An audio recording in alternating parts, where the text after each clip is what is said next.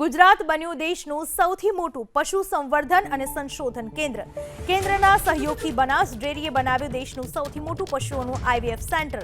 આવતીકાલે પીએમ મોદીના હસ્તે થવાનું છે લોકાર્પણ. 325 કરોડના ખર્ચે 125 એકર જમીનમાં પશુ સંવર્ધન અને સંશોધન કેન્દ્રનું નિર્માણ થશે.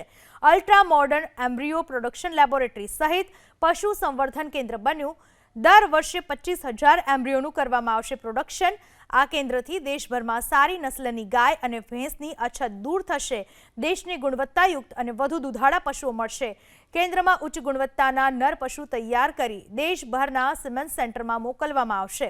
બનાસ પશુ સંવર્ધન અને સંશોધન કેન્દ્ર ગ્રીન એનર્જીનું પણ ઉત્તમ ઉદાહરણ. બનાસ પશુ સંવર્ધન અને સંશોધન કેન્દ્ર પર સોલાર પેનલ લગાવાય. કેન્દ્રમાં લાગેલી સોલાર પેનલથી પ્રતિ વર્ષ 18 લાખ યુનિટ વીજળી ઉત્પન્ન થશે. 18 લાખ વીજળી પૈકી 12 લાખ યુનિટ કેન્દ્ર દ્વારા પાવર ગ્રીડને વેચવામાં આવશે. કેન્દ્રમાં એક બાયોગેસ પ્લાન્ટનું પણ નિર્માણ. દરરોજ 24,000 કિલો ગોબરથી 1200 ક્યુબિક મીટર ગોબર ગેસનું થશે ઉત્પાદન.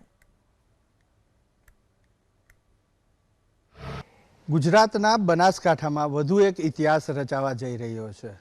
31મી તારીખે પ્રધાનમંત્રી નરેન્દ્ર મોદી ભારતના અને એશિયાના સૌથી મોટા ગૌ સંવર્ધન અને સંશોધન કેન્દ્રનું લોકાર્પણ કરવા જઈ રહ્યા છે. આપને દ્રશ્યો બતાવવાનો પ્રયાસ કરીશું. બનાસકાંઠા જિલ્લાના ભીલડી પાસે આ ગૌ સંવર્ધન અને સંશોધન કેન્દ્ર બનાવવામાં આવ્યું છે. અહીંયા લગભગ 6 થી 8 જેટલી પ્રજાતિઓની ગાય લાવવામાં આવી છે, રાખવામાં આવી છે અને સામે એટલી જ પ્રજાતિની ભેંસો પણ રાખવામાં આવી છે.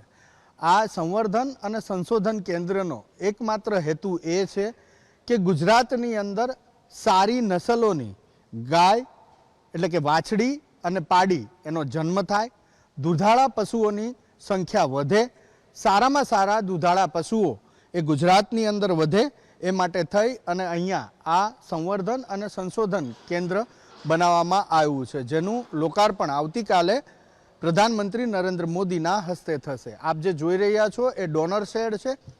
એની બરાબર સામે રિસીવર શેડ છે, એટલે કે જે સારા નસલની ગાયો ભેંસો છે એમના અંડકોશમાંથી એ આઈવીએફ કરી અને ત્યાં જે અંદર રિસીવર રાખવામાં આવ્યા છે એમના ગર્ભાશયમાં એ મૂકવામાં આવશે અને પછી જે જન્મ લેશે ગાય અથવા તો પાડી તો એ સારી નસલની ગાય પાડી જન્મ લેશે.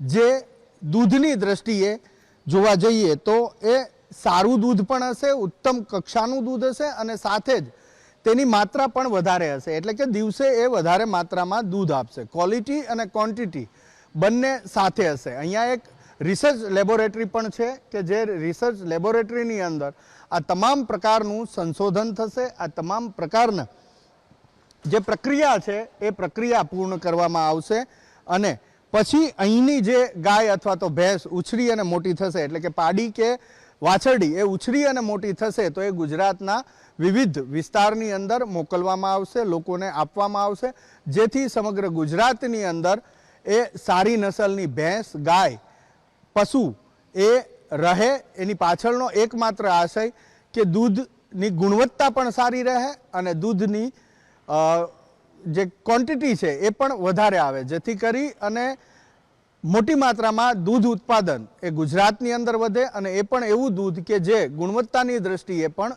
સારું હોય. તો બનાસ ડેરીનો આ પ્રયાસ છે. બનાસ ડેરીએ ન માત્ર ભારત પરંતુ એશિયાનું સૌથી મોટું પશુ સંવર્ધન અને સંશોધન કેન્દ્ર સ્થાપિત કર્યું છે, જેનું લોકાર્પણ આવતીકાલે પ્રધાનમંત્રી નરેન્દ્ર મોદીના હસ્તે થવાનું છે. કેમેરામેન જયરામ રબારી સાથે હિરેન રાજગુરુ, એબીપી અસ્મિતા, બનાસકાંઠા.